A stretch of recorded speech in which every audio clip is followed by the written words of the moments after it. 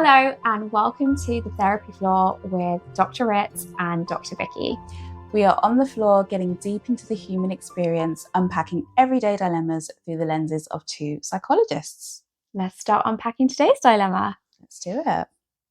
So this is coming in and this person is saying, my sister was divorced 2 years ago and she is struggling with depression. Things got worse for her last month when her daughter accepted a job at her father's girlfriend's florist shop. She's gone through a really tough time, neglecting herself, not seeing her friends, stating she only lives for her children and now feels rejected. She has been the main parent to both her children for the last 2 years, whilst also coping as a single parent. Our mum is there to support her, and I try to listen as much as possible. Is there anything else I can do for her? Yeah, thank you for sending this in. I think it's really hard to watch someone go through depression. Really, really hard. Like someone that you care about and you love. Yeah, because you can it's so visceral. Like you can see the pain, you can feel the pain, and you can't rub it better like you would rub someone's arm or something. Do you know what I mean? I know, yeah. Yeah, it's really hard. So expressing some empathy here for you to watch your sister go through this. And I don't know, I think the thing we can make some suggestions as to things that you can do to support her. But ultimately, I think depression is one of these things that someone sometimes has to go through rather than get over. And it will be her journey to go through and her journey to accept and try to navigate with support from her family, from her friends, from a therapist, from a doctor, from medication, even if she needs it. But you can't necessarily force her to go through it. You can only make the suggestions, and it's up to her to take it on board. Yeah, I think sometimes when another person is a bystander to a loved one of depression or any type of mental health difficulty, I think sometimes they themselves can see the way out of it. And so if they can see the way out, often it can feel a bit that they're stuck because they're like, if I can see how I could get them out of this, but they can't see it. Yeah. I'm feeling really stuck with that. And I think this person's kind of brought two things, haven't they, to this dilemma. I think it's one is how do I help them with their depression? But I think they're also talking about family dynamics, which is also adding to the depression. Because to me, the depression sounds like it's a reactive episode to an event that's happened.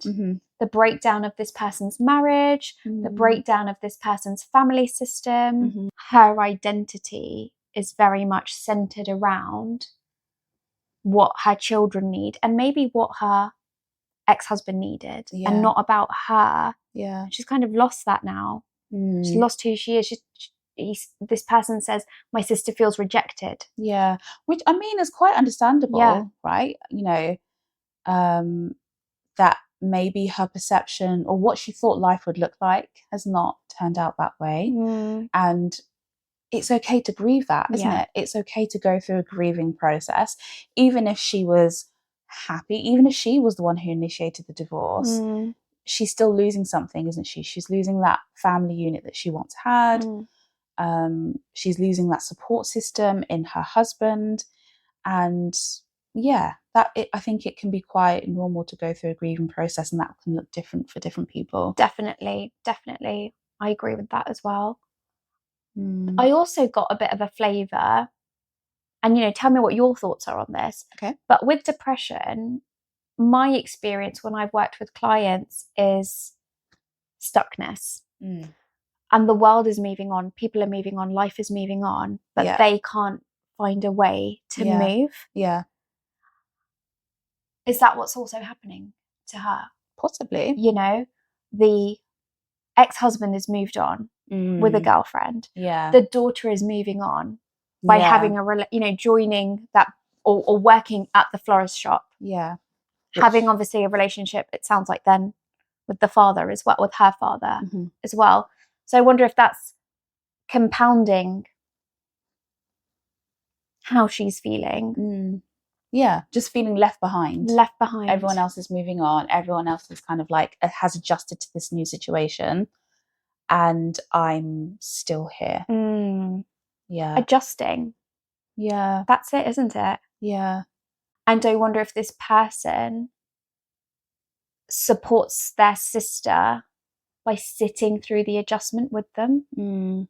Yeah, which is again a really hard thing to do. So much easier said than done. So much easier said than done. Yeah, because you want them to kind of like move on. You want them to get past this place, this stuckness, and you want them to experience like the beauty of life and to see hope and possibility again. Yeah. And it's also hard to share with the person that I'm finding this quite difficult, because that can also add further, I don't know, like shame or guilt, or just feeling of I've got to protect myself from everyone else, and therefore I want to further isolate myself. I would really encourage this person to encourage their sister to think about speaking to someone. Yeah, whether that's your GP, whether it's looking for a therapist, because sometimes it's helpful to have that external or that third party who can be objective and who's not involved in like the messiness or the chaos of the situation. And just holding the messiness and the chaos and the space to keep talking about something until you don't actually need to talk about it anymore. I feel like that's when the change happens. When the client stops bringing something because actually they've processed it. That's it. They've processed it. They've talked about it enough times. Yeah. That felt enough for them. And everybody's journey on that's going to be different, what that looks like in terms of a length of time. And they've found a way to resolve that within themselves. Yeah. I don't think your job here is to resolve this for your sister. And I wonder if that's maybe part of what you were asking, is there anything else I can do? Yeah. And often when we say, is there anything else I can do? That's coming from a place of how do I resolve it? How do I make it better? Yeah. And I don't think there is anything you can do for that. I also wondering, by carrying your sister's pain, what's that doing to you? Who are you talking to? What support have you got? Because when we see our loved ones going through something, so heavy and so deflating, and I don't know about you, but I actually feel quite heavy and deflated talking right about now. this. There's something that's being co-created in this. It's just really it is very heavy. And I'm also thinking of experiences that I have had with depression and things that when I've walked through it, and literally it feels like you're walking through treacle. And it's like slow-mo, like you're trying to grasp for the edge of the bank, but you just can't get there. And I think that depression is sometimes something that you just have to go through. Keep walking. Keep walking. That's the best thing you can do. Like, activation is the best thing for depression. Maybe we can talk a little bit about how we would address it in the therapy room from a cognitive behavioral viewpoint. So cognitive behavioral therapy, the treatment guidelines for depression is to use a mix of behavioral activation and challenging negative mindsets. And in terms of behavioral activation, or what they can do behaviorally, it's usually encouraged to get someone to do a mixture of pleasurable and mastery tasks. So pleasurable activities are things that they previously would have enjoyed. So I don't know whether that's going for a walk, going on holiday, like seeing friends, going to the cinema, whatever that may be. And then things that give them a sense of achievement, a sense of mastery. So things that are actually challenging and difficult, because that improves someone's self-confidence. It makes them feel like okay, I've got this. If I can do this, maybe I can do that, and maybe I can achieve this over here. So a blend of the two. And that's really important when someone doesn't feel like doing it. You don't wait to feel like doing it, because that's sorry, go on. No, that's go. the thing with depression, right? You feel unmotivated, you feel low. It's a vicious cycle. So the way I often describe it to my clients is you feel so hopeless, so you do less. Yeah. And then because you're doing less, you're feeling more helpless. And so again, you do less. Yeah. And then you're just caught in this vicious cycle, often waiting to feel better internally before you do something externally. And this is one of the times where I actually say, go for the external first. Yeah, exactly. Like, yes, of course, let's create the trust and let's talk about what's going on for you. But then we actually have to go to the external. You've got to be doing something. Yeah, I'm going to invite you to really think about between this week and next week, if you, let's say you're into art, paint. Just get your paintbrushes out, get your paint out, that's the walking through the mud, isn't it? Yeah. Step by step, day by day. Yeah. And also that depression does not look the same every day. It's not a linear growth to come out of it. One of the beautiful analogies that we were taught, I don't know if you remember this, but by one of our mentors, was they said the way they like to ask their clients about their depression is a cloud. They use a cloud analogy. Okay. That depression is this black cloud. When it's at its worst, it's this black cloud that's literally sitting over their head. And it's raining, it's thunder, it's lightning, it's pouring. Like that horrible cloud you never want to get stuck in.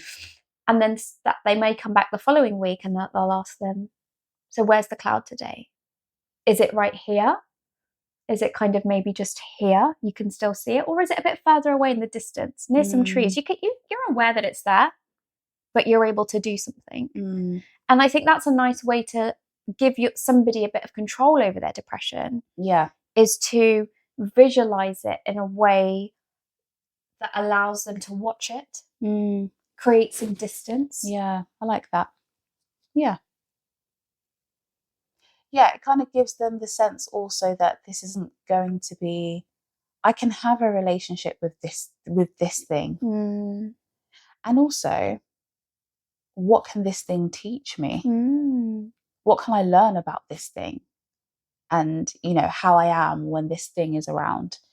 I think, depression can also be a really good teacher. Definitely. What we know about this lady is when she feels depressed, she neglects herself. And she isolates. Yeah. Which are very, very typical symptoms of depression. So typical. So those are the behavioural, that's the behavioural arm. Then there's also the cognitive arm, which is challenging some of the unhelpful things that she may be thinking. So the feeling of being rejected, I want to validate that. Like, it doesn't sound nice. No. It doesn't sound like a pleasant experience to go through, where your daughter is now forming a relationship with your husband's new partner. It's hard. Yeah. It's hard. I can imagine that would be so hard for her to watch and to witness and to also maybe hear about. Yeah, of course. But I wonder if she could do some work here around her interpretation of whether she is being rejected. I can understand that when someone has moved on or is moving, or let's not even talk about her relationship with her husband, her ex-husband, because we don't have enough context in that. But let's just think about her relationship with her daughter. It's understandable for her to feel like her daughter is leaving her mum and choosing someone else. Sides. Yeah. Replacements. Yeah. And therefore she's interpreting this as rejection. But maybe that's not necessarily an accurate interpretation of what is going on. So by seeing things from a different perspective, alternative perspectives, maybe she can reframe her experience and reframe what she thinks is happening.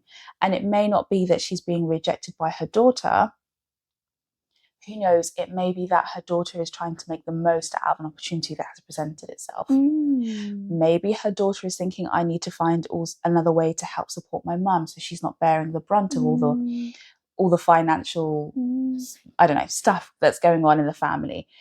Maybe that she doesn't want to feel like she's taking sides between her dad and her mum, and she wants to feel like she can have a relationship with her dad and support her dad through his transition. It can mean so many different things. It doesn't just have to mean rejection. Yeah, I can see how the present moment I'm feeling really affected by what is currently going on can really cloud our perspectives and what her perspective may be in the long run, which is actually, I can look back and with hindsight, I can see and interpret this situation a lot differently from what than when I was actually going through it in the moment. I think I think that's a really important skill that can be taught, in cognitive therapy. The ability to challenge yourself and, ask yourself, I might be thinking this now, but what would I think 10 years from now? What would I think 5 years from now? What would I even think a year or a month from now? Yeah. Because I think often, well, always, the way that our emotions and our thoughts interact with each other are quite messy. And sometimes irrational. Exactly. And sometimes because we feel something and we then think something, we think it's true. Yeah. So the idea here is, my daughter is spending time with her father's girlfriend, working with her. That makes me feel rejected. I might be replaced. Yeah. I'm less important. I have no value. And then this is, then it comes back to I have no value. I have no purpose. Because she's not even able to do anything for herself. She's neglecting herself. Well, I think what could be really important here is to separate the two. So separate what could be a normal grieving process and separate that from the feeling of rejection and feeling like, what does this mean for me and my relationships going forward with my children, with my ex-husband, with maybe even a future partner, and kind of separate the two. Yeah. Like, you can experience and go through the motions of loss and not necessarily attribute something personal to that. Can you say more about that? Yeah, so I guess I'm just really playing on the theme of being rejected and how she could internalize that and make it about her. I'm less than, I'm not worthy, I'm not good enough, I'm second best. And she can take that with her into the future, and that can somehow become a core belief or become fused with her identity. Well, actually, even before taking it into the future, I would want to know, when has she felt like this before? Yeah. Even though this is such a huge moment in her life, I wonder if it was also familiar. Yeah. This feeling of rejection. Yeah. Is it coming from somewhere? Is there something in the past that's got a similar touch to it? Typically it does, doesn't it? Yeah. With rejection. Yeah. Because I think it can be such a felt, like I said, I think earlier on, it's a really visceral. It's so visceral. A visceral feeling. So yeah, when has she felt this way before? I mean, I'm sure we've all experienced rejection, right? So even just understanding that when you've been rejected in the past, and it might not be from your kids or your partner, but even in other areas of your life, like your friends, your parents, at work, in new social situations, what's that felt like? How have you coped? How have you managed? Yeah. And my gut is, actually maybe not my gut, but maybe even my experience is telling me that you feel the pang of rejection doesn't feel so deep if it's not already been part of your identity. It isn't a wound that's already been there. And so I think, based on how she feels, just how deeply she feels this, it may give some indication as to whether there was a previous wound. Previous rejection wounds wound that cut deep. Yeah. Maybe your sister should watch this, because I feel like we're giving lots of advice here for your sister. I feel like we're missing you a bit. I know, right? Yeah. But I wonder, is that what is happening maybe in the family? You talk about your mum supporting your sister. Yeah. And that's why I'm coming back to who is supporting you. Exactly. Who's supporting your mum is what's going on with your sister taking up a lot of space. Has it taken up a lot of space in the last 2 years? Which understandably it will. And that does happen in family systems where people have different, let's say, turns, so to speak, of being held. But it's interesting, isn't it, that we've kind of like gone towards the sister more. Yeah, rather than the person who's asking for help. The person who's asked for help. Yeah. It's not because we've not heard from the sister asking for help. No. Has that always been your role as well? Trying to figure it out for your sister? Like what roles do you both carry in the family? Yeah. And how does that impact your relationship? How does it impact your relationship with your mum as well? And how is your mum finding it? How are you finding it? Are you both talking to each other about it? Yeah.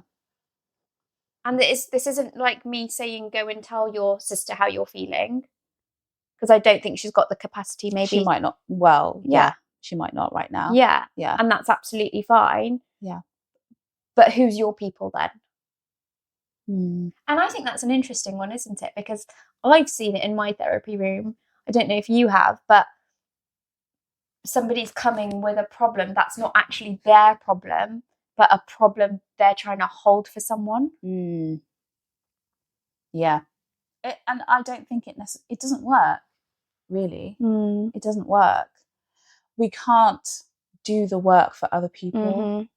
We can lead them to the door. We can point them in the right direction. We can say, this could be the way.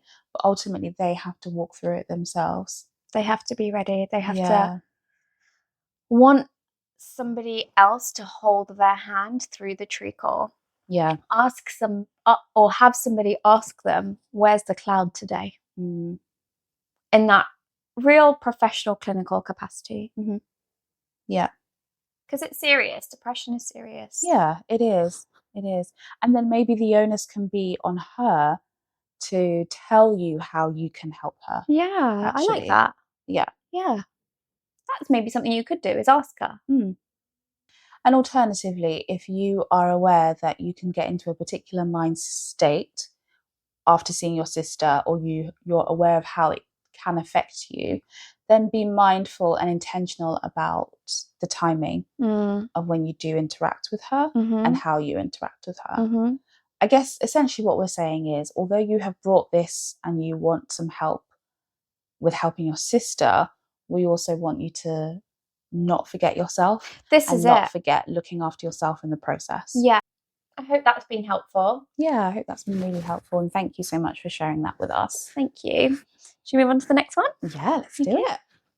So our next dilemma comes from a woman in her 40s. And she says, my husband and I have 3 children aged 10, 3 and 2. We're finding that we spend most of our emotional and physical resource with our 2 younger children, which means there's often not much left over for our 10-year-old. He has a full schedule of activities such as sports clubs, but we still feel like he should have a significant slice of our time. I also can feel quite guilty when either I or my husband can be impatient with him because we're so frazzled with the other 2. Yep. In hindsight, I think we also expect too much from him because of his age.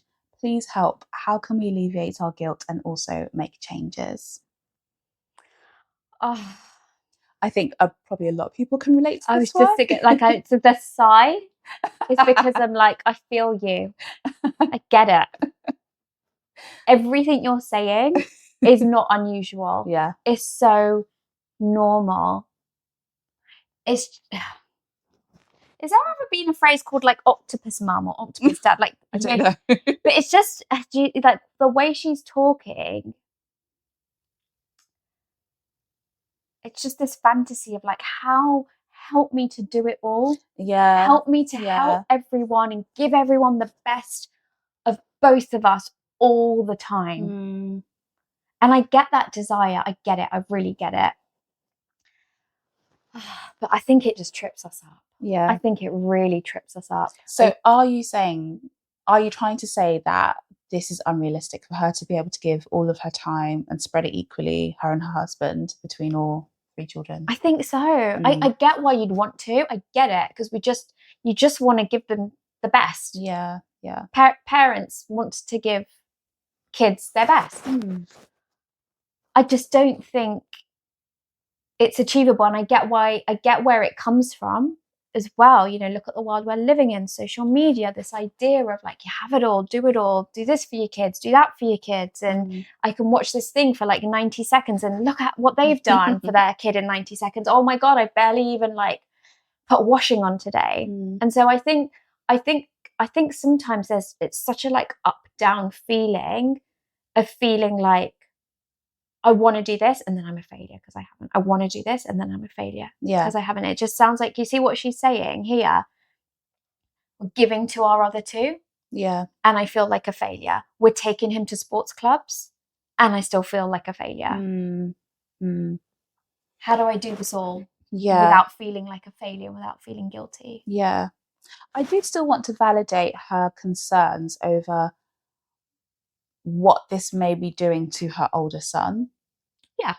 And maybe it's not about giving everything, but maybe it's also about thinking about what you do less with the other 2 as well. And that could be another way of balancing. Rather than, I need to give my 10-year-old more of me, more of my time to match the energy that I'm giving the other 2. Could you also look at your relationship with the other 2 and also think systemically what's going on with them? Is it that they're just in their toddler years, which is difficult? Which is, and I wonder if that's important to name. Yeah. It is difficult. Yeah. So because toddlers require so much time and effort and energy because they can't do things for themselves that maybe your 10-year-old can do. They have less emotional regulation skills. Yep. You know. Yep. They just have less capacity. They a 2-3-year-old kid just can't do what a 10-year-old can do. Yeah. You know, they can't play independently for maybe a period of time that a 10-year-old could play with. I wonder if she could reduce her expectations of what she's able to do with the younger 2 and maybe take the pressure off what she isn't able to do with them. Do you know what I mean? So kind of like readjusting the balance somehow, rather than thinking I've got to do more. Actually, how can you start to do less? Or expect less of yourself in some areas whilst focusing on others? I also wonder, part of me is wondering about, is she trying to create the experience that she had with her 10-year-old when he was a toddler, when it was obviously only just him? Yeah. You know, so the time required of her was a lot less. Yeah. And now, you know, that time has to be shared and it might not be equal. And that at the moment, I think that can be okay. Yeah, yeah. You know, I say quantity. No, I don't. I say quality over quantity. Yeah. So he might not get the most nurturing side of you that you're giving to the toddlers. But how can you make the quality of the time you do spend with him, like even if it's only 20 minutes, let's say a few times a week, he just gets 20 minutes one-on-one time with you, where you're not having to maybe think about, or you're telling yourself, I'm not going to think about anything else or anything else that needs to be done in our lives. It's just time with him. I wonder if what's the flavour of that could be. Yeah. And I would actually encourage you to invite him into this as well. Check in within yourself first, and also with your husband, because it seems like the 2 of you are struggling with this, with what is within your capacity to give, and how can you, what are the parameters around the things that you can start to change. And then also invite him into the conversation, because even though you wonder if you expect too much of him because of his age, I think sometimes we also underestimate how much children pick up and how they make sense of things. And I think you can invite him into this discussion and say, look, we're mindful that at times we can take our frustration out on you because we're so like, and we're really sorry about that. But we want to make sure that you know that you're just as important to us. I love that. What can we do? What do you think would be a good way for us to really show you that, or to spend time with you in a way that you want as well? Yeah. Let's think about this collectively. Yeah. Invite him into the conversation. Yeah. I think rather than trying to isolate all of this, I think it's really important to deal with it together. Yeah. You know, rather than trying to fix each component of like, let me sort this with the toddlers now, let me sort this with the 10-year-old, and where a husband and I think it can be dealt with collectively. And also I think start with just ask him, what's it like for him? Yeah. What's it like for him growing up with 2 toddlers? Because they're quite younger than him. Yeah. A lot younger than him. Yeah. And you know, just be open to hearing how that feels. You might be surprised, you might not be, I don't know. He might not be bothered. Yeah, that's what I'm saying. He might be quite happy to be like playing his games or playing sports or whatever. Or maybe he can say that actually, I have missed you. Yeah. And then let that lead into its own conversation. What do you need then? You might not be able to give it to him. I think that's also okay. I think sometimes when I speak to parents about asking their children or hearing their children, like their voice matters, what do you need? I think sometimes parents get confused that, well, because they told me what they need, I have to then give it to them. Yeah, no, because you're still the parent at the end of the day. And you can have empathy and adult boundaries. Exactly. Yeah. Because that's not helpful, is it? You know, when people go too far the other way. Yeah. And they equate giving their children a voice with giving their children permission to run their own life and to take ownership and responsibility over their own. But they're children. They're not adults. Yeah. They don't have the capacity, the intellect, the executive functioning that we do as adults. They're just not developmentally there. Yeah. And you can't put that on them. And I think if that's something that you're wanting to do, it's then about tolerating your child's needs, tolerating their disappointment when you can't give them their needs, like holding that. If that's your job, to hold their frustration, their disappointment, rather than trying to fix it. I think the idea of fixing it, let that be something that's more natural and organic, just by showing them I hear you. Yeah. Like and that being really authentic. Yeah. Like, I hear this is hard. I really, understand. It just used to be the 3 of us, and now you have to share your time. That's really, really tough. It's not fair, is it? And the urge is then going to be, okay, what can we do then? But maybe there is nothing to do. It's just accepting. Yeah. It's hard, and we'll try to manage it and get through it. And that it's all done with love. Yeah. But I do want to come back to her husband and her, all their emotional and physical resources with the 2 younger children, and I'm just wondering what more could be done about that. And do they need help? I don't know if they have people around them that can support them, whether that's like extending family or really good friends. I don't know, or maybe it just is what it is, and it's just. I was just going to say that. I think it is what it just is. Having toddlers is hard. Yeah. And 2. And the fact, I think there's a lot of beauty in what she's saying, because I love that you and your husband are communicating with each other. Like, we both feel the same. That means that you've obviously talked about it. Yeah. You're not holding it on your own. It's not just on you. Yeah. So that's fantastic. The fact that you're, I would just say that keep communicating to each other how hard it is, when it feels hard, when it just feels like, oh my God, just feels never ending. Keep talking about it with each other. Yeah. Like, that's your support, or your initial support. And then I think, if you have the capacity within your network that other people can kind of either step in and carry bits for you, fantastic. Some people do, some people don't. It's okay to have both, I think. I think it's okay to love your kids and to find it really tough. Yeah. Of course. I wonder if that gets said enough. Yeah. I don't think it does. Because I wonder if what she's saying is, we're finding it hard. Does that mean we're doing something wrong? I don't think you are. I genuinely don't think you are. I say that professionally. I say that as a parent. I don't think you are. I think it's meant to be hard. I don't think we talk about it enough. Yeah.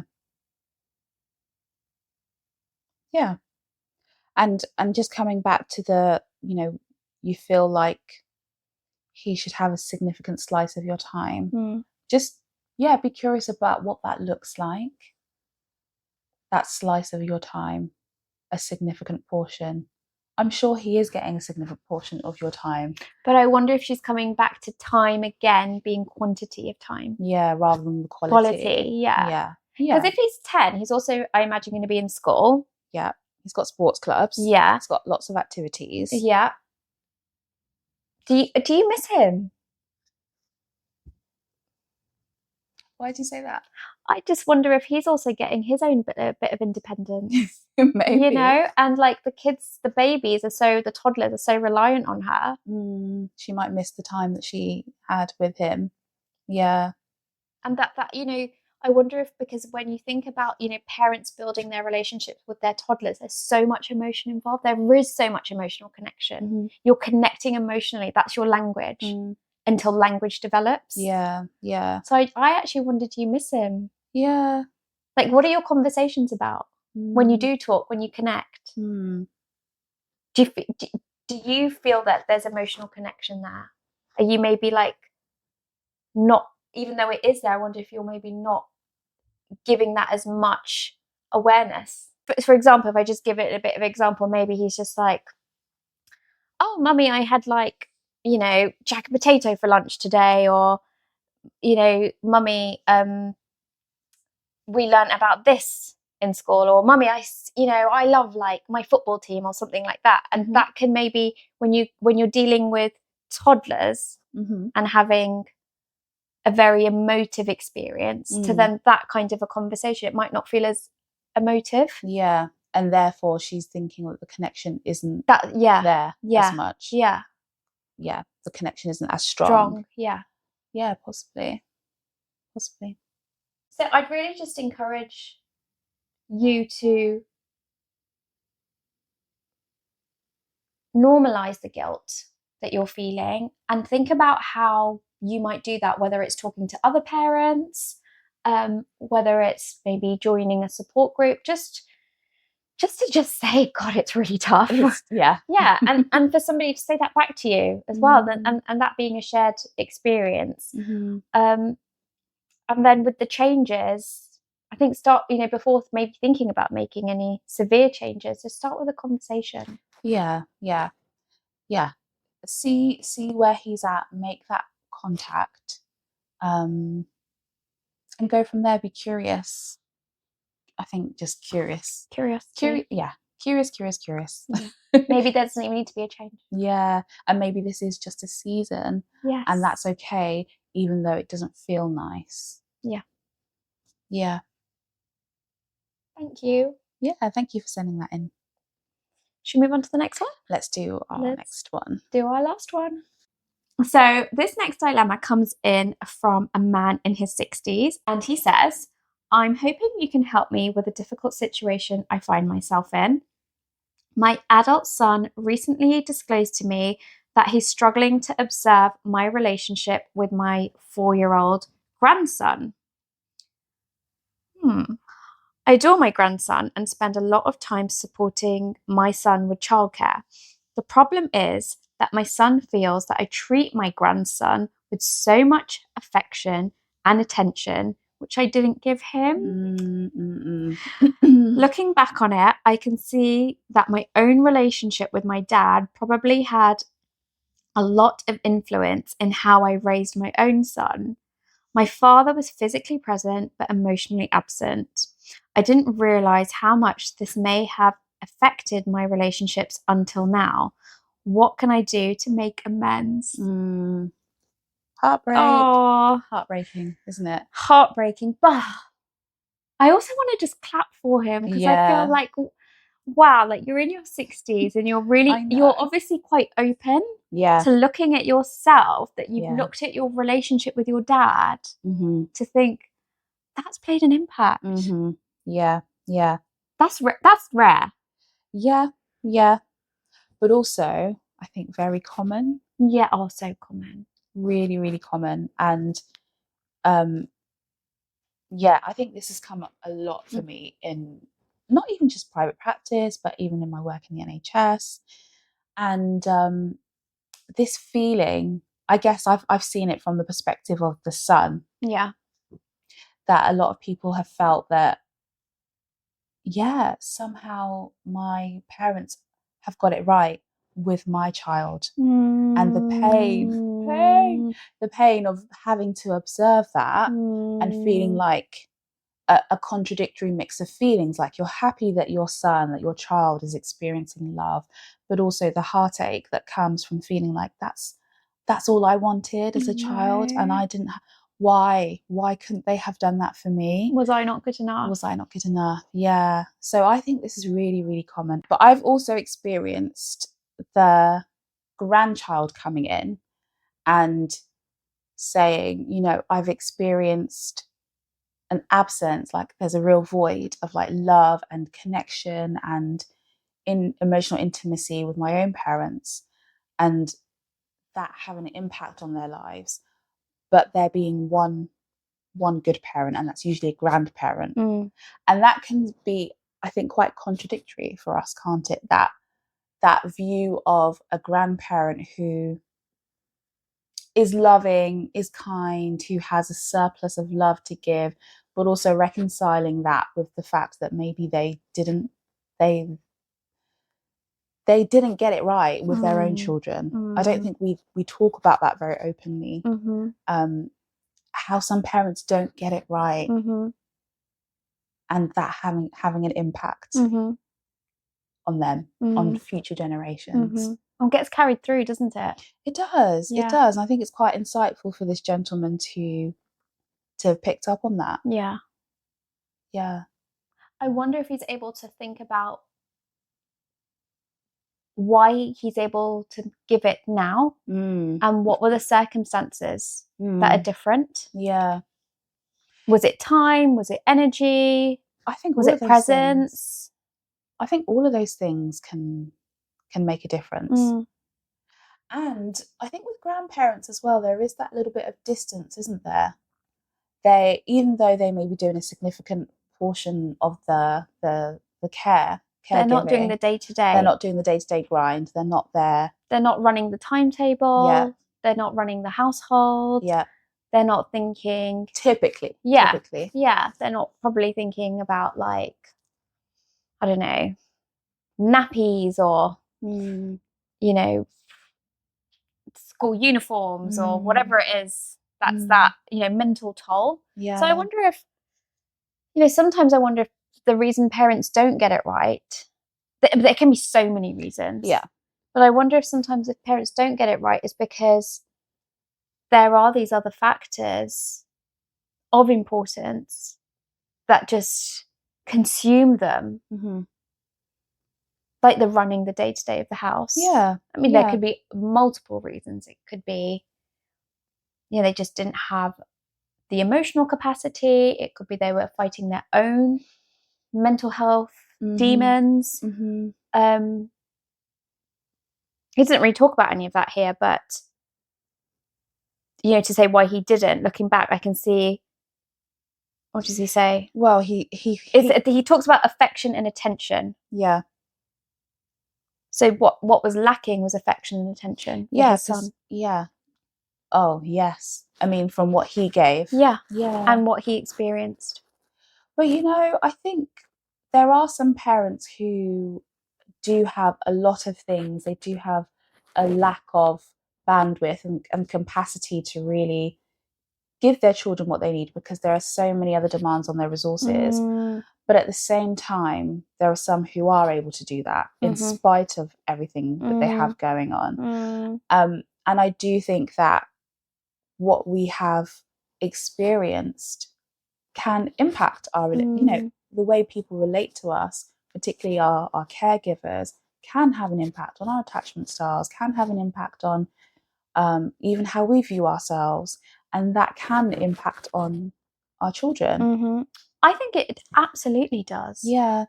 And I think there's something about seasons of life. I'm just thinking back to your question about why now? Why is the granddad or this man able to give love to his grandchild now? And maybe it's also about the seasons that we find ourselves in. And maybe he's in a different season of his life right now. Maybe he's in a season where he can be insightful, he can be reflective. Maybe he's gone through certain life experiences that have really led him to be more open, Yeah. In a way that he maybe wasn't able to do that with his son. Yeah. Because maybe things were still fresh. Yeah. Things were still, I don't know if his father is still alive, but things could still be very much live. See, something in all of this that speaks to me is coming back to love and affection and the importance we give it. Say more.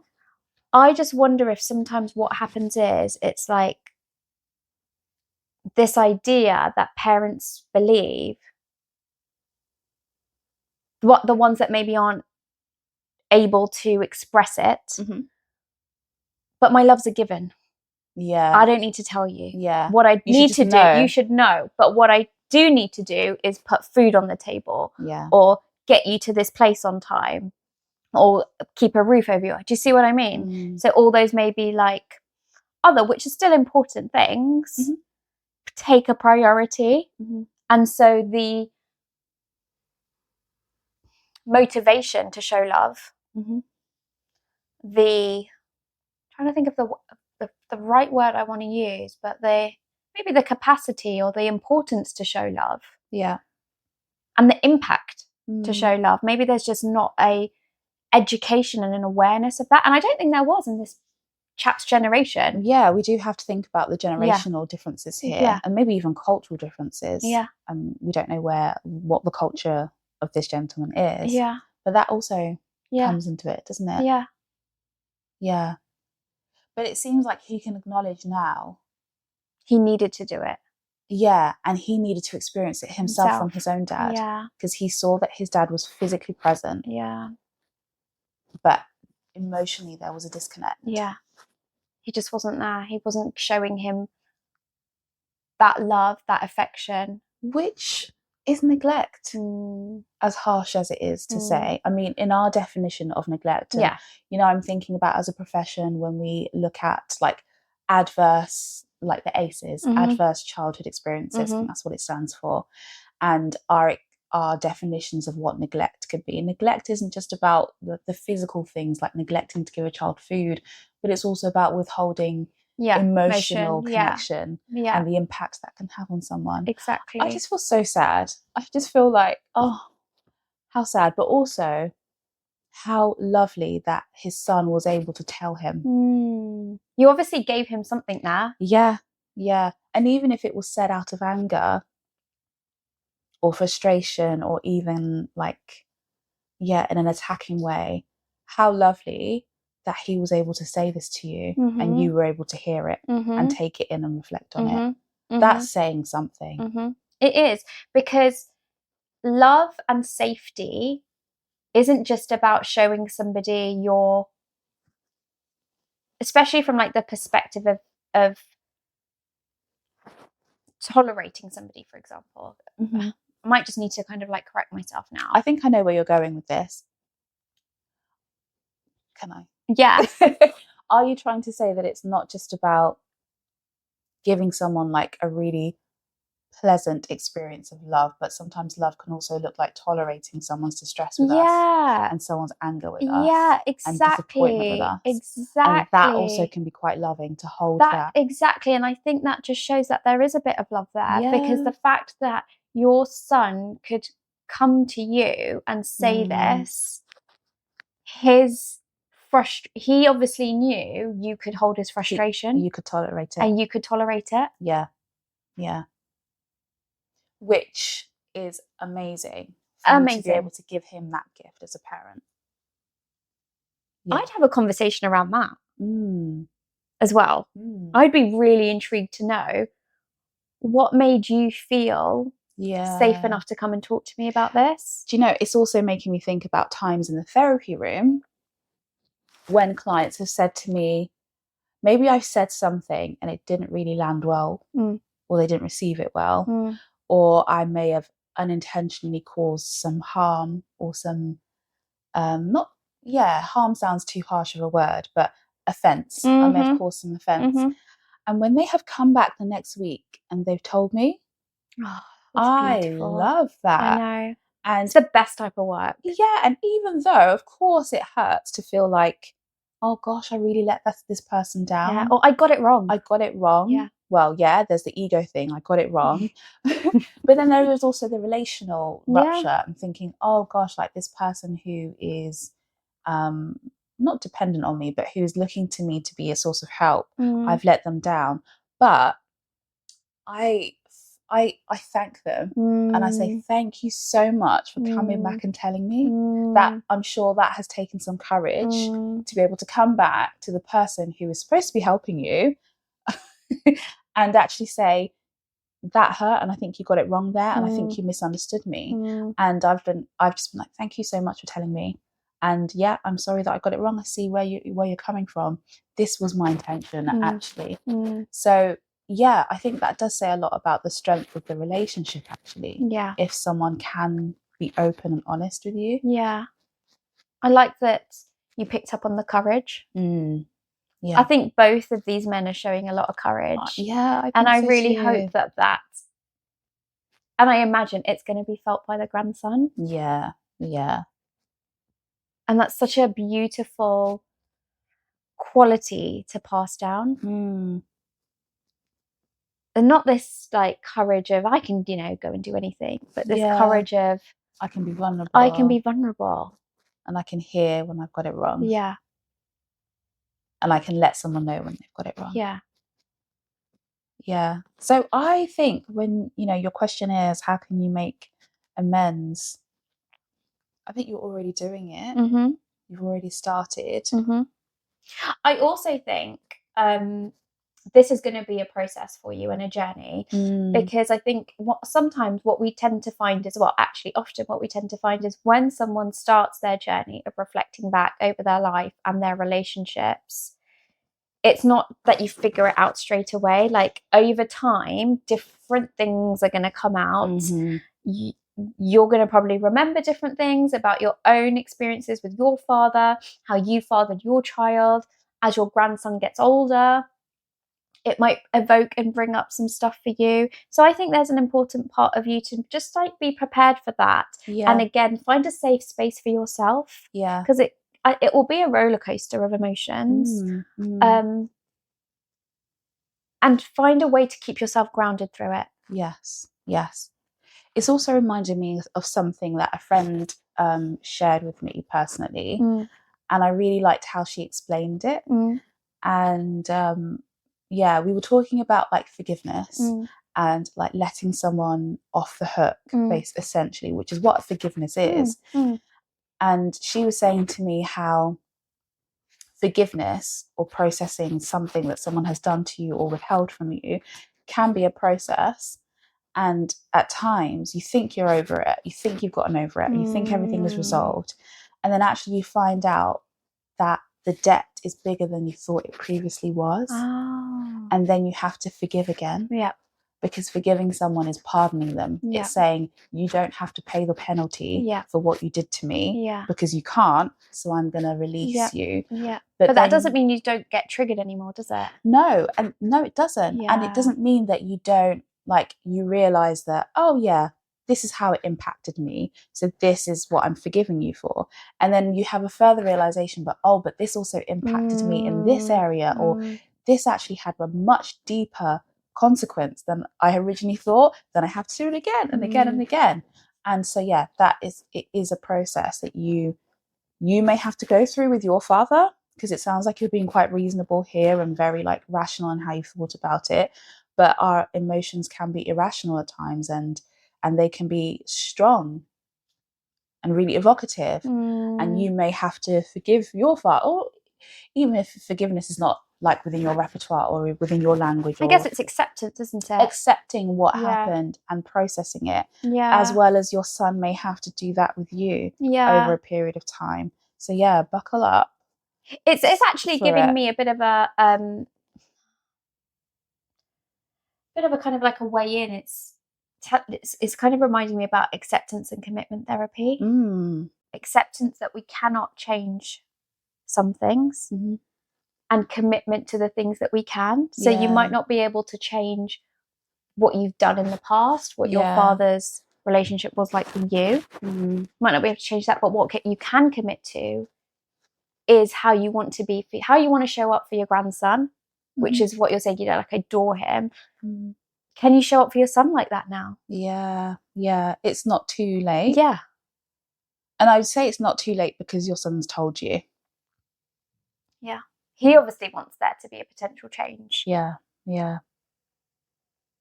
And the change can't necessarily occur without really accepting what has happened, what has been, and what is. Yeah. And I think taking ownership of that. Yeah. What a lovely opportunity you have here that you've been afforded. Because I've also worked with some people who are aware that they have had a deficit in their parenting and it's impacted their now adult children, but they can't say, or maybe the relationship is completely ruptured. So they struggle with an opportunity to really make amends. Yeah. But what a lovely opportunity you've been afforded here. And that you see it as a chance for amendments. Yeah. And you know what also it's making me think of? We have this saying, I think, in the psychology world or in the therapy world, which is what has been or what has happened to you is not your fault, but it is your responsibility to work through it and to address it. It is. And it sounds like you're up for it. You're up for the challenge to work through it. And even though you know that maybe it wasn't my fault, that I wasn't able to give my son what he needed, but it's my responsibility to do it now. So I feel really excited for him. Yeah. I want to know more. Yeah. Like I want to hear back to hear how it goes. I know. So I hope you do. Please get back in contact with us. Let us know how it goes. But it sounds like it has the potential to be fruitful. Hard. I think it will be hard, but I think it has the potential to be fruitful. And kind of like, as you said, V, it sounds like he's ready for the challenge. Yeah. Everything happens for a reason. Stuff happens at different times in our lives. Maybe he wasn't ready for it then. Yeah. And he's ready now. Probably. Yeah. Probably. You've been given that chance. Yeah. What's that saying? The lesson? I'm just making this up. But something like the lesson presents itself when the student's ready to learn. Something like that. Something like that. Is that from Karate Kid? Is it? I don't know. Because he said student. Maybe. I did think that as well. When he said student, I was like... Student. Karate Kid student. Yeah. Cool. I hope that's been helpful, unless you wanted to say more. No, I think that's kind of like wrapping it up nicely. Let's move on to what we've learned. Yeah. What have you learnt today, Vicky? I'm coming back to that holding the tension with the and. Accepting that things can be really difficult and we're going through a difficult time or a difficult season, and it also being okay. Like we don't need to eradicate one or the other. Both things can coexist. Difficulty and acceptance can exist. Yeah. I think that's something that I probably will have to hold on to. I mean, that in itself is almost like a tool, isn't it? It is. Like when you're looking for the fix. Yeah. That's almost like a good way to say there is no fix, but the fix here is I can have both. Yeah. What about you? What have you learned? I really loved what your friend said about forgiveness. I know, it was good, wasn't it? It's a good one. That was a really good one. Yeah, forgiveness is a process. And just because you forgive somebody, I don't think that then, totally eradicates any emotions you experience with it, anything that you might be triggered or anything else that comes up afterwards. I think sometimes there is this feeling, and I know I've personally felt it, where I've forgiven someone for something and then I might think about it later, or I might get triggered by it, and then I feel these emotions, and then I'm almost like, oh no, I was done with it, or I forgave them, or I said we would move on, and now I'm not moving on. This is me being almost like I'm then telling myself I'm being difficult. And just coming back to that actually it's not about being difficult. I'm just going through a process, and maybe they'll be on that journey with me, or maybe they won't be. I don't know. I'm glad I could share that, because that really helped me. It really helped me. I'm going to definitely just keep that within me more. Cool. What did you guys learn today? Just let us know, because we love reading your comments. And remember to like and subscribe to this page and to our socials, and you can follow us as well. And I've been Dr. Vicky. And I'm Dr. Ritz, and we'll see you on the floor next week. Bye. Bye.